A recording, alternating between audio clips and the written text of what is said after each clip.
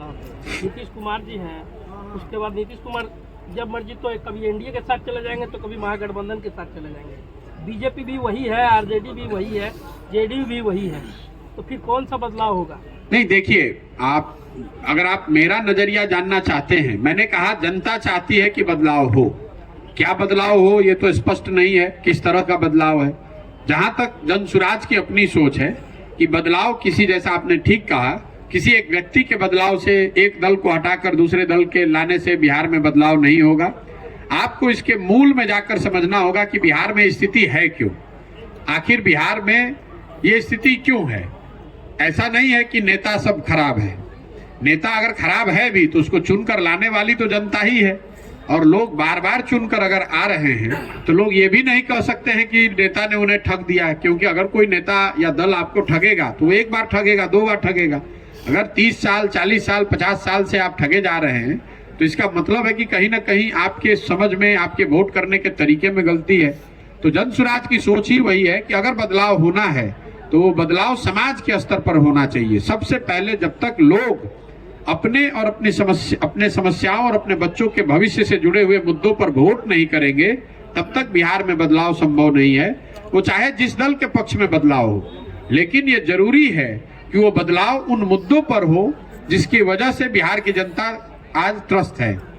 सबसे ज्यादा परेशानी शिक्षा को लेकर है, सबसे ज्यादा परेशानी रोजगार को लेकर है, सबसे ज्यादा लोग परेशान इसलिए हैं कि खेती किसानी करने वाले किसानों की हालत बदहाल है।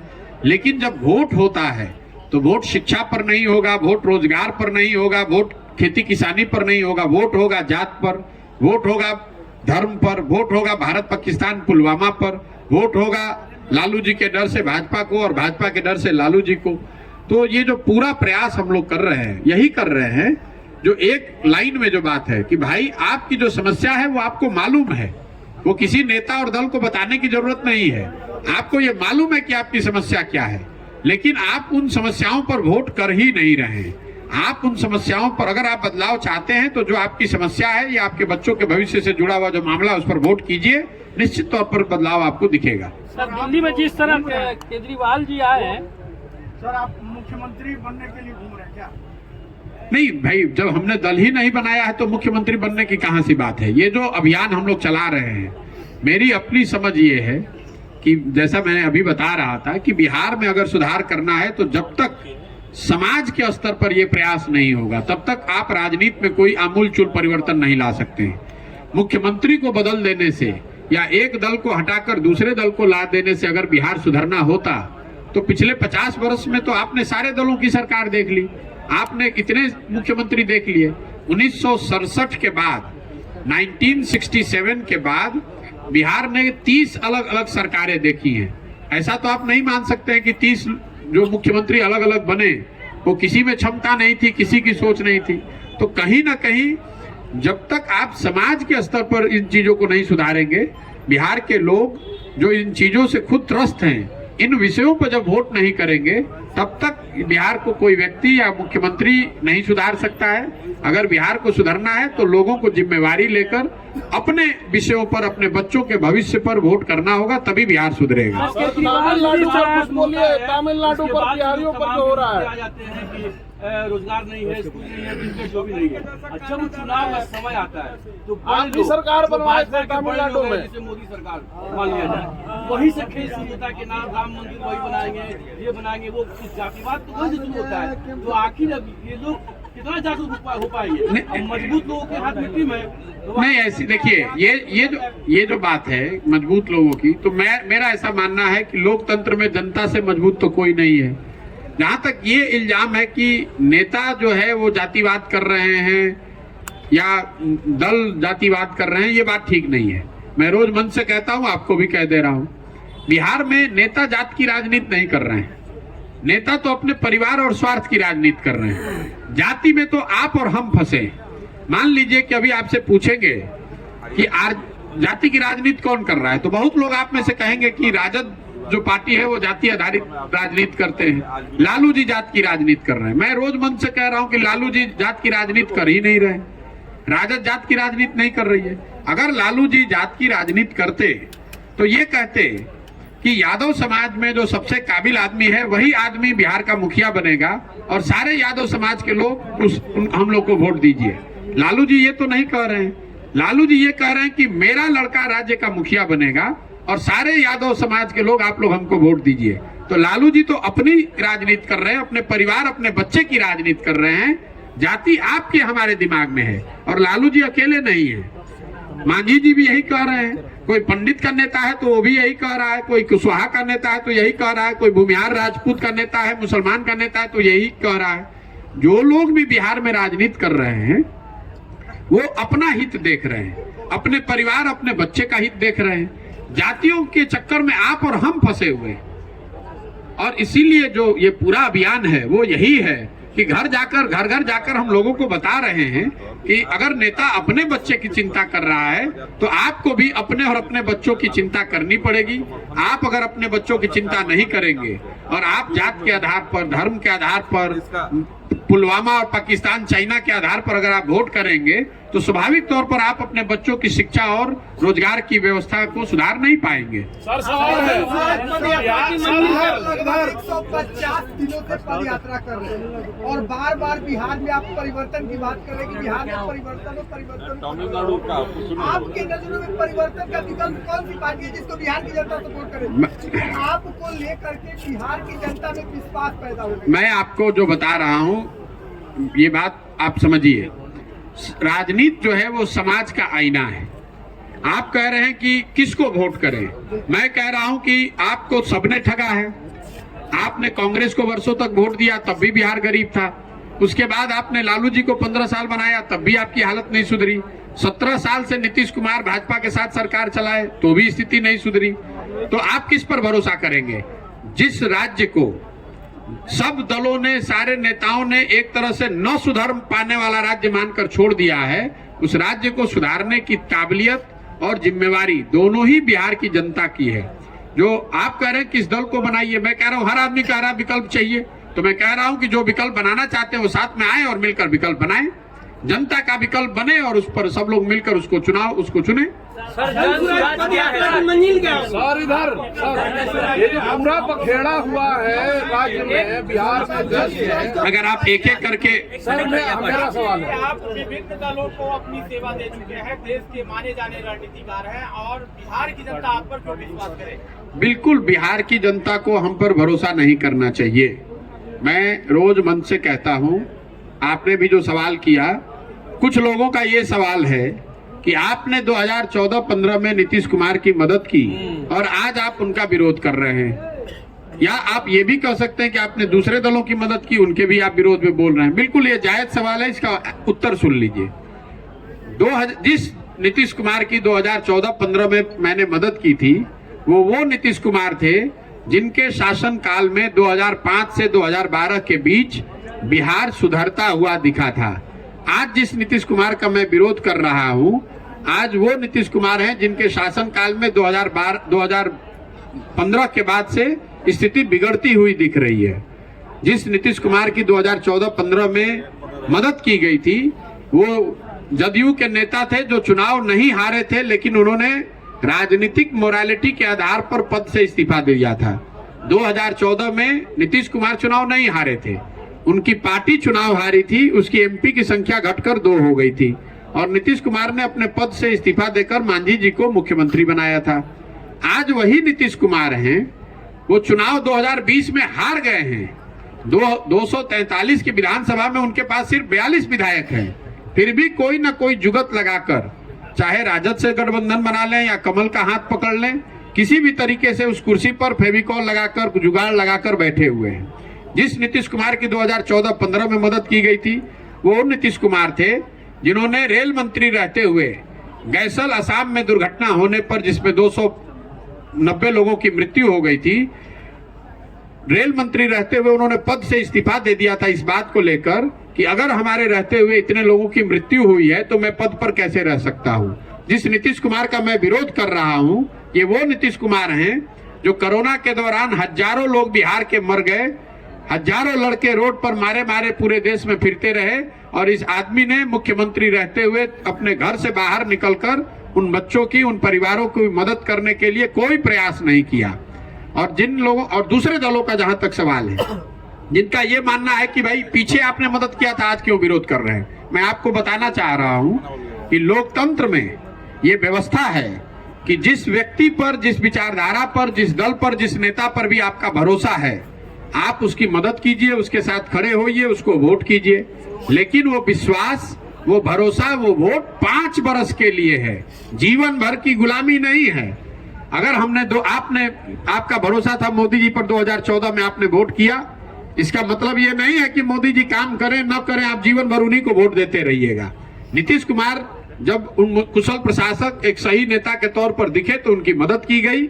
आज जब वो उनका प्रशासनिक जो कार्यकलाप है वो सही नहीं है, राजनेता के तौर पर सबसे ज्यादा दल बदलू नेता के तौर पर उनकी छवि है, समाज में एक मानवीय जो चेहरा है नीतीश कुमार का, यहीं आपके बगल के जिले छपरा में 70 परिवार उजड़ गए, शराबबंदी के अवैध शराब से उनकी मृत्यु हो गई, और नीतीश कुमार अपने जेब में हाथ डालकर विधानसभा में कह रहे हैं कि जो पिएगा वो मरेगा। तो ऐसे आदमी का विरोध क्यों नहीं होना चाहिए? हमने उनकी 14-15 में मदद की थी, उनके लिए बंधुआ मजदूरी नहीं लिखा था। तमिलनाडु बिहारियों को मारा जा रहा है, बिहारियों को मारा जा रहा है तमिलनाडु में। सारे नेता जो आज के नेता है मजाक बना के रख दिया। नहीं, देखिए, नेता जो है, नेता या दल का जो हम लोग शिकायत करते हैं, उसके लिए कहीं ना कहीं मूल में तो जनता ही जिम्मेवार है। दल और नेता स्वयं को नहीं चुनते हैं, वो तो अपने हित में अपना प्रयास कर रहे हैं। चुनना और नहीं चुनना वो तो आपके हमारे हाथ में है। अगर आपका बच्चा बेरोजगार बैठा हुआ है, आप महंगाई से परेशान हैं, इसके बावजूद आप जाकर पुलवामा के नाम पर और चाइना के आधार पर वोट देते हैं, तो गलती आपकी है या मोदी जी की है? गलती आपकी है। बिहारी मजदूर मारेगा सर। नहीं, पार्लियामेंट्री व्यवस्था जो है, पार्लियामेंट्री व्यवस्था जो अभी है संविधान में, वो बिल्कुल ठीक है, इसमें मेरा पूरा विश्वास है, उसमें कोई दिक्कत नहीं है। जरूरत इस बात की है कि जनता सही मुद्दों पर वोट करे। देखिए, अगर कल बिहार में शिक्षा पर वोट होने लगे, कोई भी दल चुनकर आएगा तो शिक्षा की व्यवस्था सुधर जाएगी, आज के मुकाबले बेहतर हो जाएगी। क्योंकि अगर जनता में चर्चा ही सिर्फ शिक्षा की होगी तो हर दल को सही या गलत, झूठा या सच्चा, कुछ न कुछ तो शिक्षा पर उसको बोलना पड़ेगा। मैं आपको उदाहरण दे रहा हूं, तेजस्वी यादव ने झूठ ही सही, लेकिन ये कहा कि मैं जब जीत कर आऊंगा तो 10 लाख रोजगार दे दूंगा। वो बिल्कुल झूठी बात थी। उस आदमी को ना उसने कभी कुछ सोचा था ना उसको देना था। लेकिन अगर उस व्यक्ति ने झूठी बात कह दी तो भी इसकी चर्चा तो रोज चल रही है कि दीजिएगा कि नहीं दीजिएगा, कब दीजिएगा। उनको भी जवाब देना पड़ रहा है कि हम दे रहे हैं। मेरा जो प्रयास है कि पहले समाज इन 3 मुद्दों पर आए। जो वोट है, आप चाहे जिस दल को भी दीजिए, आप दीजिए शिक्षा पर, आप दीजिए रोजगार पर, और आप दीजिए अपनी गरीबी को दूर करने के लिए। जिस दिन आप अपने और अपने बच्चों के भविष्य पर वोट करने लगेंगे, बिहार में सुधार की शुरुआत वहीं से हो जाएगी।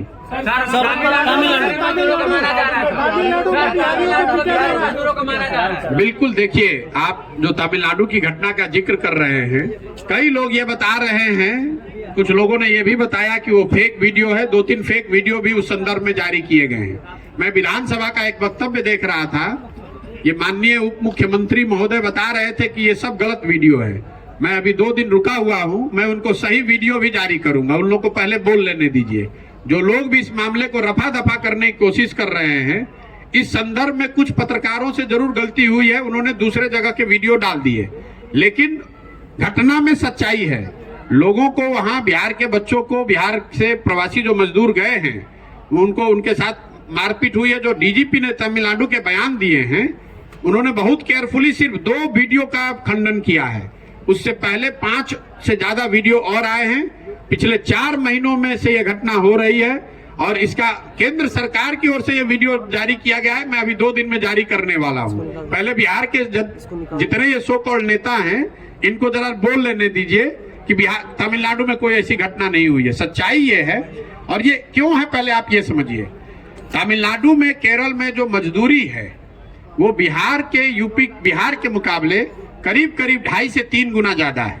तो जब यहाँ के लोग गरीबी से, बदहाली से परेशान होकर वहां मजदूरी करने जा रहे हैं, तो बिहार के मजदूर अगर 20,000 रुपए में काम करने को तैयार है, तो तमिलनाडु का जो मजदूर है वो ये सोचता है कि भाई हमारे 45 उसको कोई हायर ही नहीं कर रहा है, तो इसलिए ये घटना घट रही है। ऐसा नहीं है कि वहां पर रोजगार कम या ज्यादा उसके लिए लड़ाई नहीं है। लड़ाई इसलिए है कि जिस दर पर केरल में तमिलनाडु में मजदूर काम करता है, बिहार से चूंकि गरीबी में लोग जा रहे हैं वहां वो बहुत कम दर पर मजदूरी करने को तैयार है। यही कॉन्फ्लिक्ट की शुरुआत है। इसीलिए इन लोगों को मारा जा रहा है या इनके साथ बदतमीजी की जा रही है कि आप यहां से छोड़कर जाइए, ताकि हमारा जो मजदूरी का दर है, जैसे केरल में जो कृषि का दैनिक मजदूरी है वो करीब करीब 700 रुपए है, बिहार में वो दर 200 रुपए है। अब बिहार का जब मजदूर जाकर अगर केरल में 300 या 400 रुपए में काम करता है तो उसको लगता है कि उसको दुगनी मजदूरी मिल रही है बिहार के मुकाबले। लेकिन अगर बिहार का आदमी जाकर केरल में 400 रुपए में काम करेगा तो स्वाभाविक तौर पर 700 रुपए में केरल के लोगों मजदूर जो काम कर रहे थे उनको रोजगार उनको नहीं मिलेगा, इसीलिए लड़ाई होगी। इसके मूल में बात यही है कि बिहार में रोजगार है नहीं, जो मैंने बात शुरुआत में कही कि गांव के गांव खाली हो गए हैं, लोग रोजगार के चक्कर में बाहर भाग रहे हैं। यहाँ सरकार को उससे तो मतलब है नहीं। सरकार को मतलब है जातीय उन्माद फैलाना, सरकार का मतलब है बेकार की बदतमीजी बेहुदागिरी की बात करना। कहीं सरकार का ये चिंता ही नहीं है कि लोगों को रोजगार कैसे दिया जाए। रोजगार के नाम पर कुछ नौकरियों का सर्टिफिकेट का बांटा जाना, उससे तो बिहार में नहीं रोजगार खत्म होगा, रोजगार आएगा। 13 करोड़ लोगों की जनसंख्या में अगर आप 2 लाख लोगों को सरकारी नौकरी दे भी दें, उससे बेरोजगारी थोड़ी ना दूर हो जाएगी। सरकार के पास बेरोजगारी को दूर करने के लिए कोई प्लान है ही नहीं, तो होगा कैसे? सर ये माना जाए, सर तेजस्वी जी उप मुख्यमंत्री तेजस्वी जी वहाँ पे जाकर के काटते हैं, उनसे क्या उम्मीद कर सकते हैं? भैया ऐसा है कि जिस राज्य में राजद जैसे दल को लोग एक विकल्प के तौर पर देखते हैं, या उस दल के आदमी को जिसने 15 साल में इस राज्य को रसातल में पहुंचा दिया, उस दल के लोग आज भी राजनीति कर रहे हैं, पदों पर हैं, उप मुख्यमंत्री हैं, यही दिखाता है कि बिहार की क्या दुर्दशा है। आप उनसे क्या अपेक्षा करते हैं? आप तेजस्वी यादव से क्या अपेक्षा करते हैं? वो जाकर यही करेंगे, इससे ज्यादा उनसे क्या अपेक्षा आप कर सकते हैं? जी सब लोग कहते हैं कि रोजगार नहीं है बिहार में, और रोजगार लेकिन रोजगार को लेकर शराबबंदी पर रोज बात होती है, रोजगार सर देखिए, शराबबंदी में पर मेरी राय पहले दिन से जो है बिल्कुल स्पष्ट है कि इस नीति को हटाया जाना चाहिए। शराबबंदी लागू करना गलत है। पहले ये भाजपा वाले जो नीतीश जी के साथ थे तब शराबबंदी के सपोर्ट में थे। तेजस्वी यादव चिल्ला रहे थे कि नीतीश कुमार शराब माफिया को बढ़ा रहे हैं। आज तेजस्वी यादव बगल में बैठ के मुस्कुरा रहे हैं, भाजपा वाले चिल्ला रहे हैं। ये महिलाओं के वोट के डर से उनके दिमाग में जो बना हुआ है कि शराबबंदी के विरोध में बोलेंगे तो महिलाओं का वोट नहीं मिलेगा। मैं आपको कैमरे पर इतने पत्रकारों के सामने रोज कह रहा हूं, बिल्कुल शराबबंदी गलत है, इसको हटाया जाना चाहिए, वोट मिले या न मिले। और इसकी वजह यह है कि दुनिया में कोई कहीं प्रमाण ऐसा नहीं है कि किसी देश ने, किसी राज्य ने, किसी समाज ने शराबबंदी के जरिए अपना आर्थिक सामाजिक उत्थान किया हो।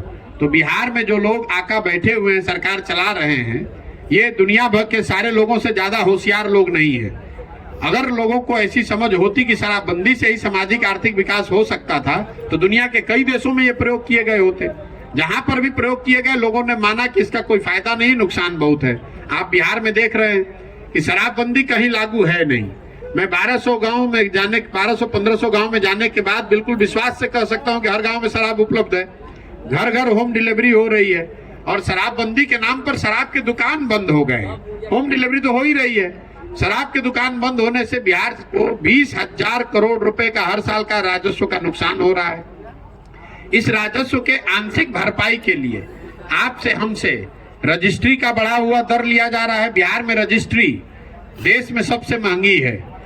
पेट्रोल डीजल यूपी जैसे राज्य के मुकाबले 8 से 10 रुपए लीटर ज्यादा महंगा है। क्यों? क्योंकि शराबबंदी से जो आर्थिक नुकसान हो रहा है उसकी भरपाई इन टैक्स के जरिए की जा रही है। और आर्थिक नुकसान के अलावा जो सामाजिक इसका पहलू है, बड़ी संख्या में जो युवा है वो शराब माफिया से जुड़ गया, वो शराब के धंधे में लिप्त है, वो शराब का अवैध कारोबार कर रहा है। मैं रास्ते में चलता हूं, मुझे ऐसे लोग भी मिलते हैं जिनको लोग बताते हैं कि शराब माफियाओं ने यहाँ 40-40, 50-50 बाइक नए खरीद कर लोगों को दे दिए हैं, बच्चों को जो शराब का धंधा करते हैं। लोग शराब के अलावा अन्य कई तरह के नशे में लिप्त हो गए हैं। और जिन महिलाओं के नाम पर इसको किया गया है, सबसे ज्यादा प्रताड़ित तो वही महिलाएं हैं। जिन गरीब घर के लोगों को शराब के नाम पर, शराबबंदी के नाम पर पकड़ा जा रहा है, उन एक बार वो पुरुष पकड़ा गया तो उन घर की महिलाओं को थानों के वकीलों के चक्कर लगाने पड़ते हैं। और कुछ ऐसे समाज है जो लोग, जैसे मान लीजिए जो लोग पासी समाज के लोग हैं, मुझे रास्ते में कई जगह लोग मिले जहां महिलाएं ये बताती हैं कि उनके साथ किस तरह से पुलिस आकर उनके घरों में बदतमीजी कर रही है। मुसहर समाज के लोग बता रहे हैं कि उनके घर की महिलाओं को लाकर लोग पुलिस थाने में बैठा लेती है ताकि शराब में जुड़े, उनकी पुलिस की नजर में जो शराब से के कारोबार में जुड़े हुए लोग हैं उनको सरेंडर कराया जा सके। तो महिलाओं का कोई फायदा नहीं है, आर्थिक नुकसान अलग है, युवाओं को आप अलग बर्बाद कर रहे हैं। और पूरा प्रशासन जो है शराबबंदी के नाम पर अपना काम छोड़कर शराबबंदी लागू करना, शराबबंदी छुपाना, शराबबंदी से वसूली करना, इसी काम में लगा हुआ है।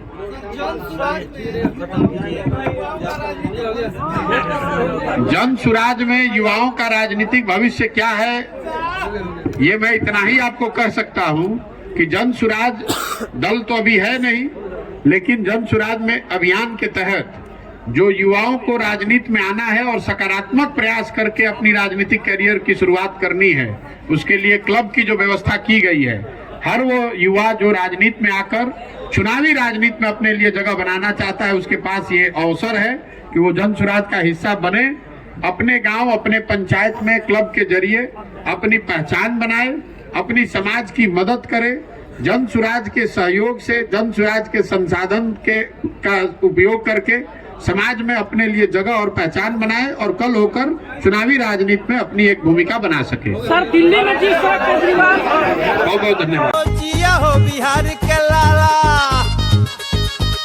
जिया तू 1000 साल।